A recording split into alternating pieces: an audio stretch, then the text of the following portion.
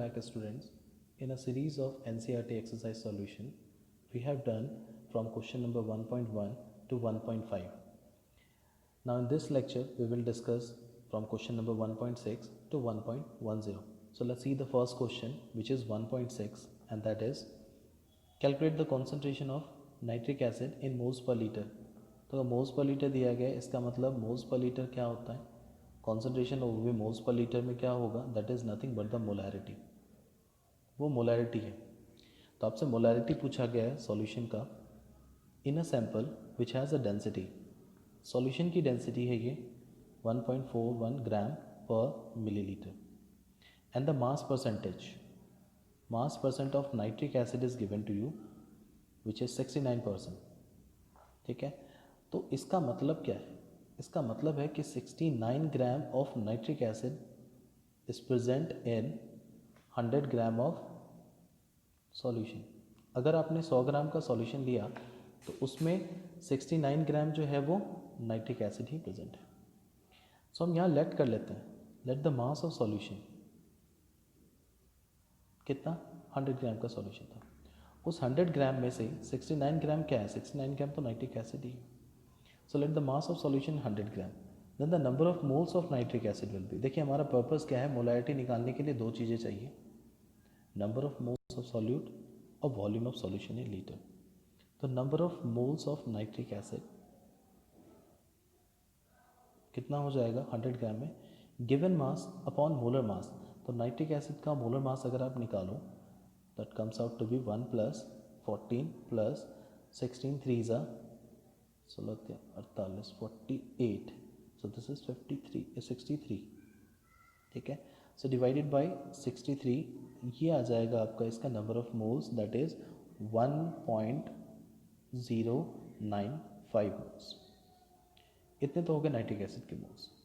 ठीक है, अब आपको क्या करना है यहाँ पे, अब आपको यहाँ पे निकालना है 100 ग्राम नाइट्रिक एसिड सॉल्यूशन में उसकी वॉल्यूम क्या होगी, 100 ग्राम नाइट्रिक एसिड सॉल्यूशन की वॉल्यूम क्या होगी. सो उसके लिए हमें डेंसिटी दी गई है, and density is what, density is mass upon volume.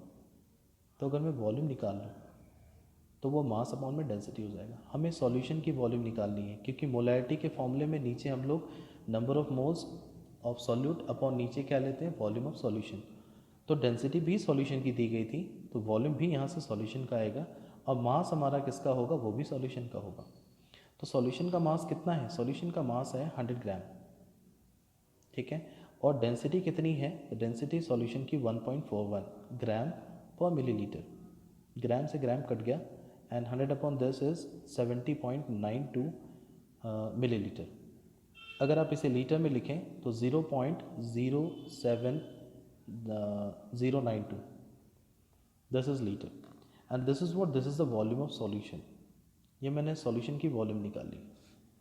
ठीक है, अब दोनों चीज़ें आपके पास हैं, अब आप कॉन्सेंट्रेशन आराम से निकाल सकते हैं. तो what is the concentration of HNO3 solution, solution का कॉन्सेंट्रेशन है. तो number of moles of solute यानी कि number of moles of nitric acid in the solution, that is 1.095 divided by the volume of solution in litre which is 0.07092. So it comes out to be 15.44 moles per litre, जिसे हम molar भी लिख सकते हैं, capital है. ठीक है, तो ये कॉन्सेंट्रेशन हो गया हमारा, मोलैरिटी हो गया एक तरीके से किसका, नाइट्रिक एसिड सॉल्यूशन का. ठीक है, so moving to the next question. Next question पे आइए, how much copper can be obtain from 100 gram of copper sulphate solution. बहुत सिंपल सा क्वेश्चन है ये. कॉपर सल्फेट के सॉल्यूशन से कितना कॉपर ऑब्टेन होगा 100 ग्राम में से. तो पहले कॉपर सल्फेट का हम मोलर मास निकालते हैं. कॉपर का कितना, तो कॉपर का आपका जो मोलर मास होता है that is 63.5 gram, plus sulphur का 32, प्लस 4 ऑक्सीजन है तो 16 × 4. सो ये टोटल आपके पास आ जाएगा 63.5 + 32 48, इट्स 159.5 ग्राम. ठीक है, इतना आपका कॉपर सल्फेट का मोलर मास आ गया. ओके, अब इसमें 159.5 ग्राम में कॉपर कितना है, 63.5 ग्राम. तो अगर 100 ग्राम अगर आपका कॉपर सल्फेट हो तो उसमें कॉपर कितना होगा, बस दैट्स इट. आप इसी तरीके से निकाल सकते हो. तो यूनिटरी मेथड सबसे आसान तरीका निकालने का, क्या कह सकते हैं कि if since 159.5 gram of copper sulfate contains 63.5 gram of copper. इतना कॉपर का मास है. So therefore 1 gram should contains 63.5 divided by 159.5 and this much gram of copper, and finally 100 gram should contains 63.5 divided by 159.5 into 100 gram of copper. So finally जब आप इसे solve करेंगे तो ये आ जाएगा आपका 39.81 ग्राम. इतना कॉपर आपका of copper that can be obtain from 100 gram of copper sulphate. ठीक है, बहुत सिंपल सा क्वेश्चन था. नेक्स्ट क्वेश्चन की तरफ बढ़ते हैं. क्वेश्चन नंबर 1.7 के बाद नाउ इट्स 1.8. अच्छा, 1.8 क्वेश्चन नंबर जो आपका 1.8 है ये आपका बहुत ही सिमिलर है जैसा आपने थर्ड क्वेश्चन एनसीईआरटी का देखा था. थर्ड क्वेश्चन एनसीईआरटी में एम्पेरिकल फार्मूला आपने निकाला था. यहाँ पे आपको मोलर मास भी दिया गया है, हमें यहाँ पे उसी के अकॉर्डिंगली इसका आपको जो है ना इसका मॉलिक्यूलर फार्मूला भी निकालना है. सो लेट्स ट्राई करते हैं. देखिए, determine the molecular formula of an oxide of iron. Oxide on iron में हमारा कौन से दो एलिमेंट्स होंगे? आयरन होंगे और ऑक्सीजन होंगे, यही दो एलिमेंट्स होंगे. क्या क्या चीज़ हम निकालते थे? Their percentage. ठीक है, मास परसेंटेज आपको दिया गया है. Mass percentage is 69 point. बिल्कुल सेम तरीके से करूँगा मैं, ठीक है, ताकि आपको भी डिफ़िकल्टी ना हो, सेम तरीके से आप समझ जाएं. इतना मास परसेंटेज इसका दिया गया.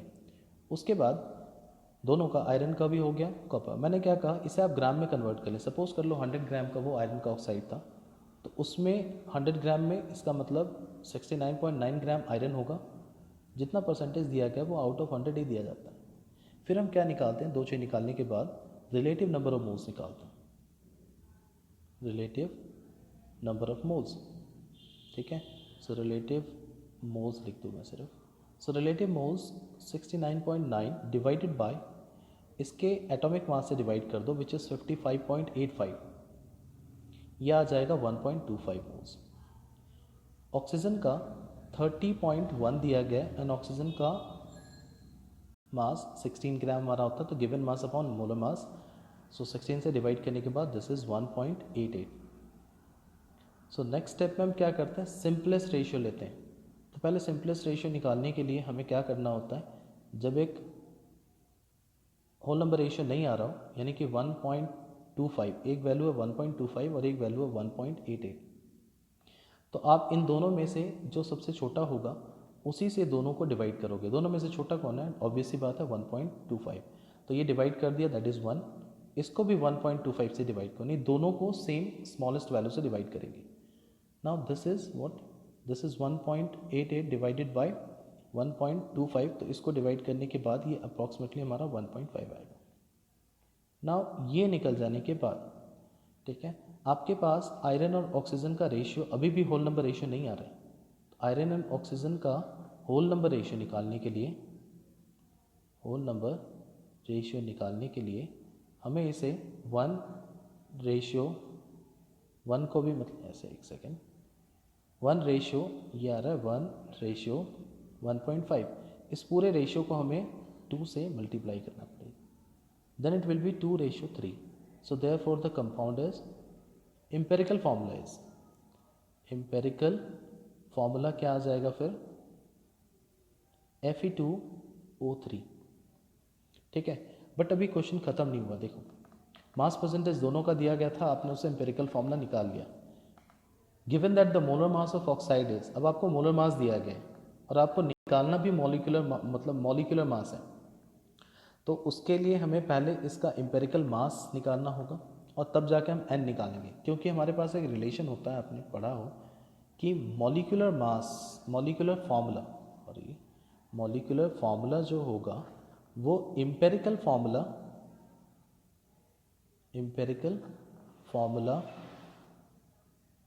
टू द बेस n होता है, जहाँ n की वैल्यू हम कैसे निकाल सकते हैं. ठीक है, n की वैल्यू निकाल सकते हैं आप empirical mass upon molecular mass upon empirical मास को डिवाइड करके. सो लेट्स सी, इसे आप स्क्रीनशॉट ले लीजिएगा. मैं इसे मिटा रहा हूँ एक बार, मुझे स्पेस चाहिए, तो ये लीजिए. Next,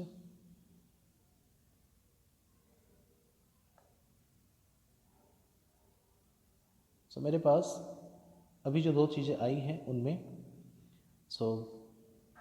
formula empirical formula Fe2O3 है। एम्पेरिकल मास निकालते हैं इससे, एम्पेरिकल मास। तो एम्पेरिकल मास, आयरन के 2 एटम हैं, ठीक है, 2 × 55.85 प्लस ऑक्सीजन के 3 एटम हैं, तो 3 × 16। जब आप इसे मल्टीप्लाई करोगे तो ये भी आपका उतना ही आएगा, अप्रॉक्सीमेटली 159.5 जो हमारा आपका गिवन है यहाँ पे 69 दिया गया, अप्रॉक्सीमेटली इतना ही आएगा, इतना ग्राम पर मोल, ठीक है, एम्पेरिकल मास का।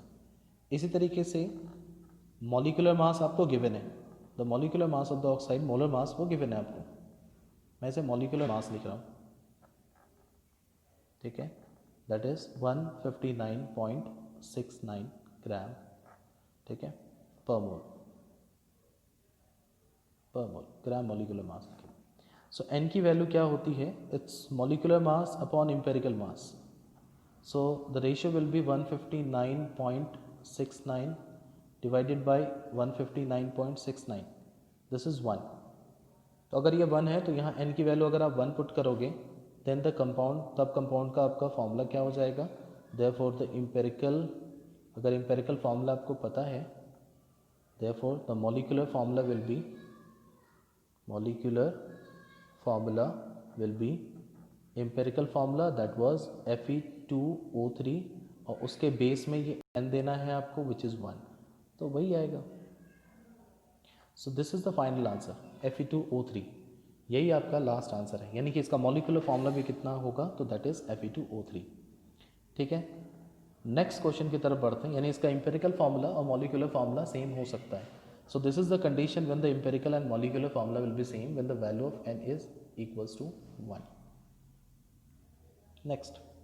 नेक्स्ट हमारा 1.9 कैलकुलेशन बेस्ड क्वेश्चन है, कुछ भी नहीं है। कई एक एलिमेंट ऐसे होते हैं जिनका आप एटॉमिक मास देखते हो कि फ्रैक्शन में होता है, मतलब डेसिमल के टर्म में होती है। सो वो डेसिमल के टर्म में कब आती है, जब वहाँ पे एवरेज एटॉमिक मास ली जाती है, यानी कि वो कई सारे आइसोटोप्स के फॉर्म में प्रेजेंट हो, तब जाके उनके सारे आइसोटोप का रिलेटिव अबंडेंस आपको गिवन होगा, उनका मोलर मास दिया गया होगा, आप उनसे निकाल सकते हैं कि एवरेज एटॉमिक मास कितना होगा। सो क्लोरीन के 2 आइसोटोप हैं, क्लोरीन 1735 एंड क्लोरीन 1737। क्लोरीन के 2 आइसोटोप हैं, मैंने कहा क्लोरीन का हमारा एटॉमिक नंबर 17 होता है, 35 ऐसे ऊपर लिखते हैं, क्लोरीन का एटॉमिक नंबर 1737, ये 2 आइसोटोप हैं, दोनों का परसेंटेज गिवन है और उनका मोलर मास दिया गया। तो सीधा सीधा इसका एवरेज एटॉमिक मास निकालने का फॉर्मूला है, एवरेज एटॉमिक मास निकालने का फॉर्मूला, देयर परसेंटेज, जो उनका रिलेटिव परसेंटेज अबंडेंस दिया गया वो 75.77 multiplied by there molar mass, यानी दिस मल्टीप्लाइड बाय दिस, ठीक है, इसे हटाओ, इनको आप इनके मोलर मास से डिवाइड करें परसेंटेज को, प्लस जो आएगा आप इनसे डिवाइड करें and total divided by out 100, इतना करना है। मैं यहाँ लिख के दिखाता हूँ, देखिए 34.9689 प्लस ये तो हो गया एक का, इस नंबर को अपने वैल्यू को मल्टीप्लाई कर लिया, दूसरे नंबर को मल्टीप्लाई करते हैं 24.23 मल्टीप्लाइड बाई 36.9659। देखो इतनी बड़ी वैल्यूज़ को आपको मल्टीप्लाई करना नहीं है, ठीक है, आप इसे राउंड ऑफ में ले सकते हैं और नीचे क्या करते हैं, आउट ऑफ 100 लेते हैं। वो आउट ऑफ क्यों आता है 100, क्योंकि आपने परसेंटेज में गिवन है, टोटल अगर लिया जाए तो वो 100 ही आएगा। सो टोटल परसेंटेज अगर आप देखो तो एक परसेंटेज क्लोरीन 35 का था, जिसका परसेंटेज 75.77 है, प्लस दूसरा आपका जो है क्लोरीन 37 है, दूसरा आइसोटोप जिसका आपको परसेंटेज दिया गया 24.23। आप इसे सम करके देखिए, दिस इज़ ऑलवेज 100। तो नीचे जो भी होगा वो हमारा ऑलवेज ये किसके इक्वल आएगा, this is equals to 100 always, ये ऑलवेज नीचे 100 ही आए क्योंकि आउट ऑफ परसेंटेज की बात हो रही है। तो जब आप इसे कैलकुलेट करोगे तो राउंड ऑफ करके कैलकुलेट करोगे, ठीक है, ये चीज़ ध्यान में रहे, और जब आप इसे कैलकुलेट करोगे तो ये आएगा 35.4527, ऑलरेडी मैंने कैलकुलेट कर रखा है। And as it is an average atomic mass, तो इसका यूनिट हमारा यूनिफाइड मास में ही आप लोगे, ग्राम में नहीं लिखोगे, ठीक है, एटॉमिक मास है, यूनिफाइड मास के टर्म में ही होगा। ओके, सो एवरेज एटॉमिक मास निकाल लिया आपने। ओके, नेक्स्ट हमारे पास जो है ना 1.9 के बाद लास्ट क्वेश्चन हमारे पास आता है 1.10। ठीक है, सो सीरीज में लास्ट क्वेश्चन की तरफ बढ़ते हैं, दैट इज़ 1.10। 1.10 में क्या दिया गया, the number of moles in the 3 moles of ethane. अगर आपने एक इथेन का 3 मोल लिया है, calculate the number of moles of carbon atom, number of moles of hydrogen atom and number of molecules of ethane. First पे आते हैं number of moles of carbon atom. देखो C2H6 में अगर इसका मैं 1 मोल लूँ, ध्यान रहे, पहले मैं थोड़ी सी आपको थ्योरी यहाँ पे बता दूँ। अगर मैं इसका 1 मोल ले रहा हूँ तो ध्यान रहे इसके 1 मोल में 2 मोल कार्बन के एटम है कि नहीं, 2 मोल कार्बन एटम्स है। वाई, अगर एक आप इथेन की मॉलिक्यूल की बात करें, एक इथेन के मॉलिक्यूल में 2 कार्बन के एटम है, तो 1 मोल अगर आप इथेन मॉलिक्यूल की बात करोगे उसमें 2 मोल्स ऑफ कार्बन के एटम होंगे। ठीक है, आई रिपीट, क्या कहा मैंने, कार्बन इथेन के एक मॉलिक्यूल में कार्बन के 2 मॉलिक्यूल एटम होंगे। ओके, सो यहाँ पे मैं 2 मोल्स ऑफ कार्बन एटम्स बता दिया मैंने। हाइड्रोजन की बात करूँ तो हाइड्रोजन के हर एक मॉलिक्यूल में इथेन के 6 हाइड्रोजन के एटम हैं, यानी अगर 1 मोल इथेन का अगर आप ले लेते हो तो उसमें 6 मोल ऑफ हाइड्रोजन एटम्स होंगे। 1 mole of ethane molecule contains 6 mole of hydrogen atoms, moles of hydrogen atoms. इन चीज़ों को ध्यान में रखते हुए आप इन क्वेश्चंस को कर सकते हैं। ठीक है, और मॉलिक्यूल कितने होंगे तो आपको पता है एवोगैड्रो नंबर के इक्वल। अगर इथेन के मॉलिक्यूल की बात की जाए, so if you are taking 1 mole of ethane तो उसमें एवोगैड्रो नंबर के इक्वल यानी 6.022 10⁻23 मॉलिक्यूल्स होंगे। ठीक है, फाइन। सो फर्स्ट क्वेश्चन पे आते हैं। पहला क्वेश्चन अब क्या कह रहे हैं, the number of moles of carbon atoms. अगर आपने 3 मोल लिया है, ठीक है, 3 मोल्स ऑफ C2H6, पहले मैं 1 मोल की बात कर लेता हूँ। तो since 1 mole of ethane molecule contains, क्या कहा है मैंने वहाँ पे, 2 moles of carbon atom, 2 moles of carbon atom. ठीक है, मैंने क्या कहा, repeat, 1 mole of ethane molecule contains 2 moles of carbon atom. तो 3 moles of ethane molecule contains how many, कितने मोल्स ऑफ कार्बन एटम्स हो जाएंगे। अगर 1 मोल में इथेन के 2 मोल थे कार्बन एटम के, तो 3 अगर मोल है इथेन मॉलिक्यूल्स के, तो उसमें 2 × 3 यानी कि 6 मोल्स ऑफ कार्बन एटम्स हो जाएंगे। सिंपल। ठीक है, 1 मोल इथेन के मॉलिक्यूल में 2 मोल्स ऑफ कार्बन एटम, तो 3 moles of ethane molecule contain 6 mole of carbon atoms. दूसरा, the number of moles of hydrogen atom. Second part से कर लें आप, तो since 1 mole of ethane contains 6 moles of hydrogen atom, 6 mole hydrogen atoms. So therefore कितने moles दिए गए हैं आपको, 3 मोल्स दिए गए इथेन के, so that contains 6 3 18 moles of hydrogen atom. ठीक है, okay. The last one, third, the number of molecules of ethane. आपको पता है 1 मोल में कितने मॉलिक्यूल्स, 1 मोल में एवोगैड्रो नंबर के इक्वल मॉलिक्यूल्स होते हैं 6.02 10⁻23 मॉलिक्यूल्स। तो अगर 3 मोल्स दिए गए आपको तो उसमें 3 से मल्टीप्लाई कर दो, 6.02 10⁻23 यानी कि 6 3 18 2 3 6, इतने मॉलिक्यूल्स होंगे। That's it, molecules. Okay, so this is all about this video. मैंने आपको इस वीडियो में 1.6 से लेके 1.10 तक आपको पूरा एक्सप्लेन किया।